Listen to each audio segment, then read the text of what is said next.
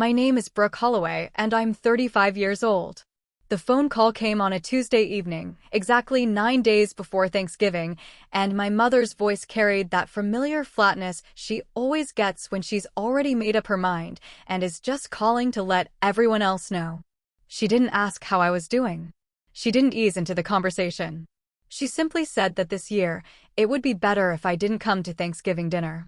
When I asked why, after a silence that dragged on just long enough to tell me she'd practiced this conversation in her head, she said the words that would keep replaying in my mind for days. My parents had banned me from Thanksgiving because my sister didn't want any drama. Seriously? Drama, like I was somehow the one who created this whole mess. As if I hadn't spent the last 4 months trying to hold my family together while everyone else quietly decided I was the problem. To understand how we got here, you have to understand my sister, Vanessa. She's 2 years younger than me, married to a man named Foster who works in commercial real estate and has never, in the 6 years I've known him, said anything remotely meaningful in a room full of people. Vanessa has always been the golden child. She's the one my parents call first whenever there's good news. She's the one whose opinions automatically carry weight around the dinner table simply because she delivers them with enough confidence that nobody bothers to question them. I used to think that was harmless. I figured being the quieter sister just meant I never needed the spotlight.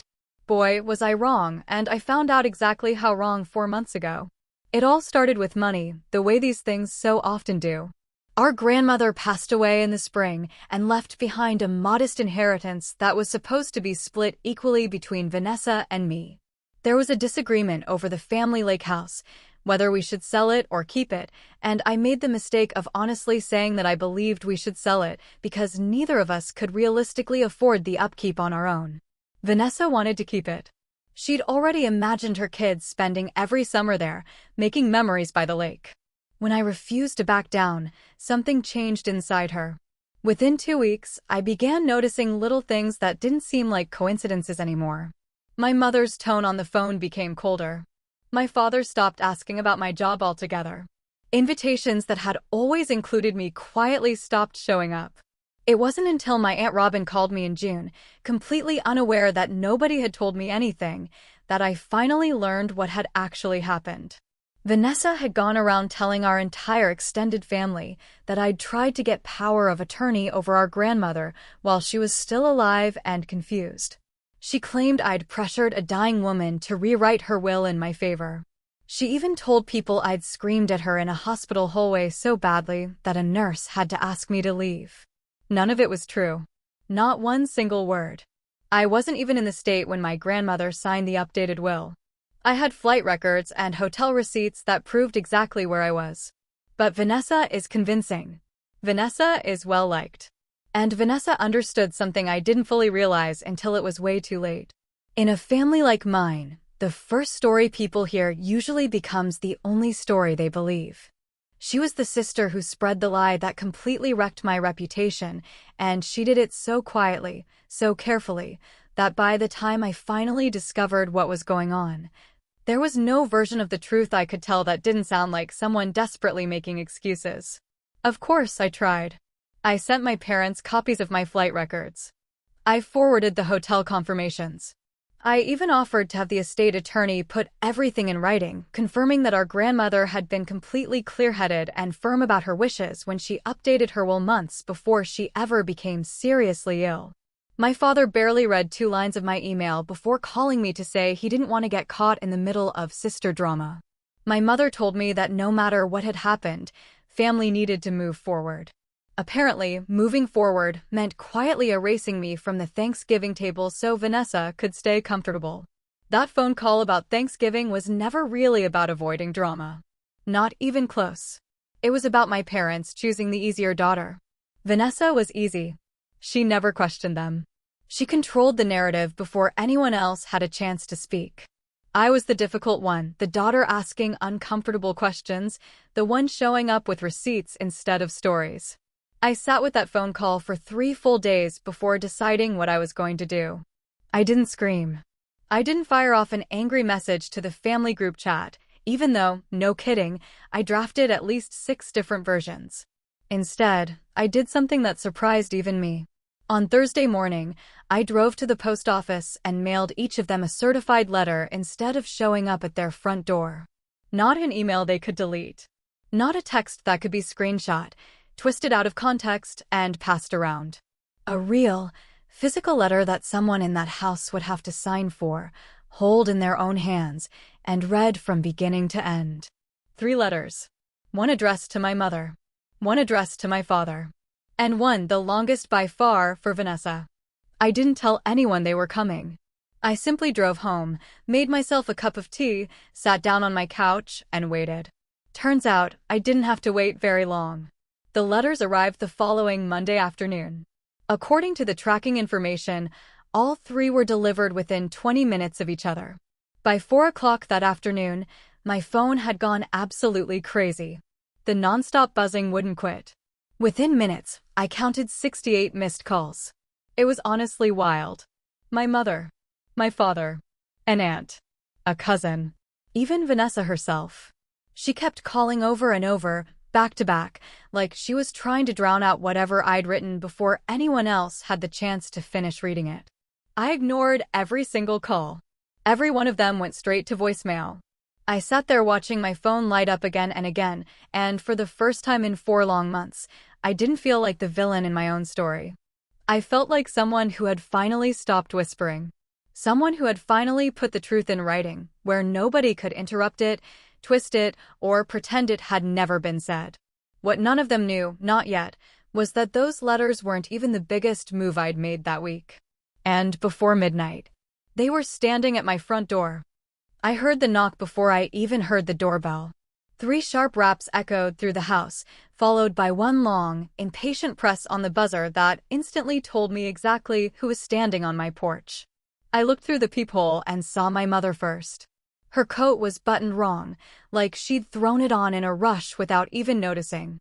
Behind her stood my father, his hands shoved deep into his pockets the same way he always does when he's furious, but trying not to let it show. Vanessa wasn't with them. Not yet. That one little detail told me everything I needed to know. She'd sent our parents to confront me first, just like she'd let rumors do her talking 4 months earlier. It was kind of her thing, let someone else carry the weight while she stayed safely in the background. I opened the door, but I didn't invite them inside. My mother's eyes were bloodshot, and she was clutching the letter so tightly the pages had started to wrinkle.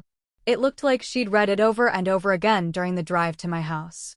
Her voice trembled somewhere between anger and disbelief as she asked whether everything I'd written was actually true.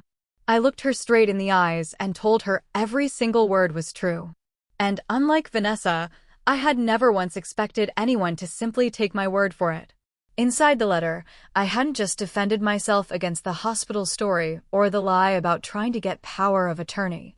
I'd included copies of my flight records, the hotel receipts, and a signed statement from the estate attorney confirming that my grandmother herself had requested the will update, completely on her own, 3 months before her health started declining because she wanted to make sure the lake house wouldn't become a financial burden that neither Vanessa nor I could realistically afford. But that wasn't even the biggest surprise. I'd also enclosed something nobody knew I still had. An email Vanessa had sent me back in April, back when she honestly believed I'd never push back.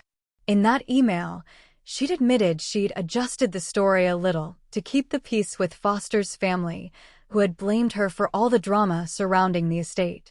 She'd exaggerated the truth to protect herself. And this time, I had the receipts. Literally. My father stayed quiet for what felt like forever before finally asking why I hadn't shown them all of this months ago. I couldn't help letting out a small, tired laugh. I tried, I said. I sent you my flight records back in June. You read maybe 2 lines before telling me you didn't want to get involved. Neither of them said a word. This time, I continued, I'm not asking either of you to pick sides or get caught in the middle.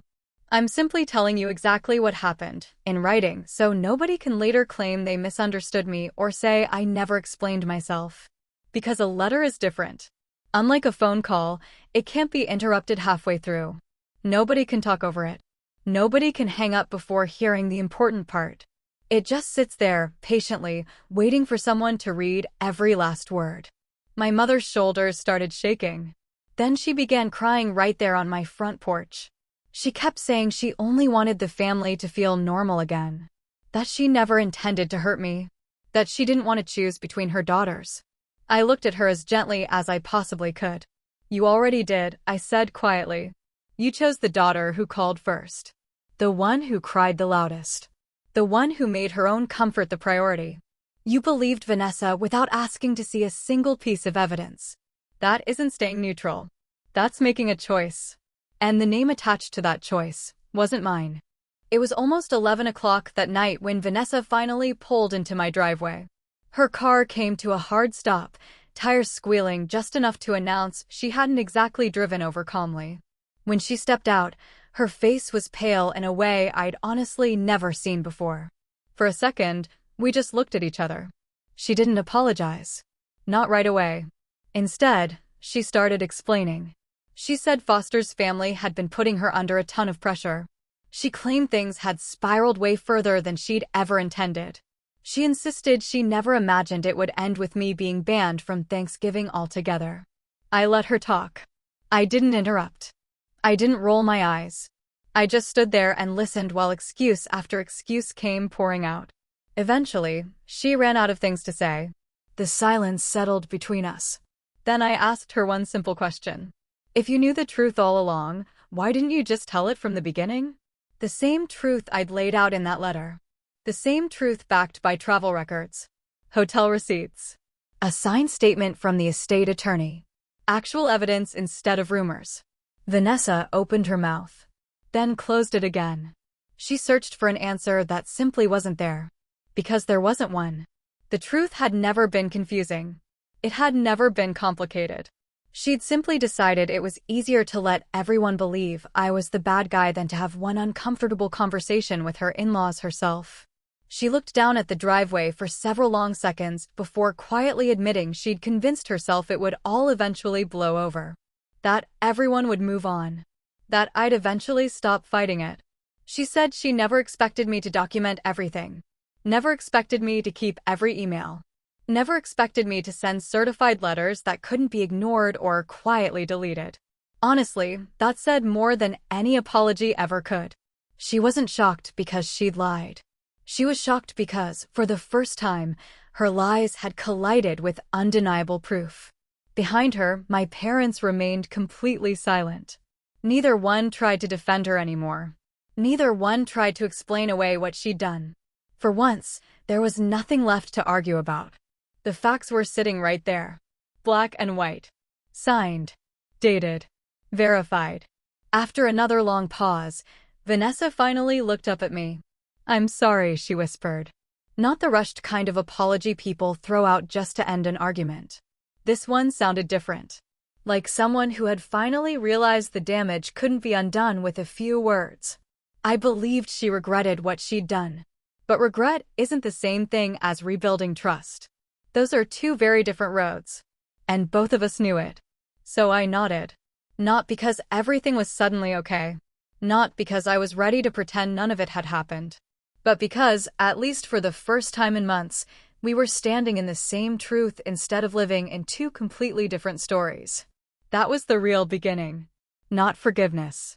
Not reconciliation. Just the end of pretending. I'm not going to pretend that one letter magically fixed everything overnight.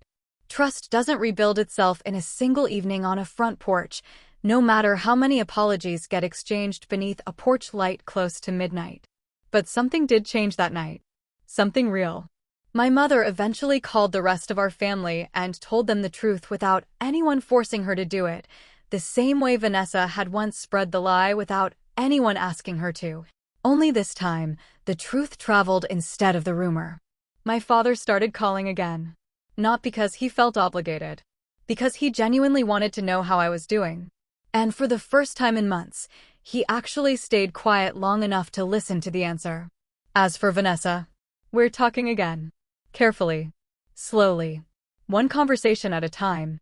The way two people have to talk when one of them has broken something that can't simply be glued back together overnight.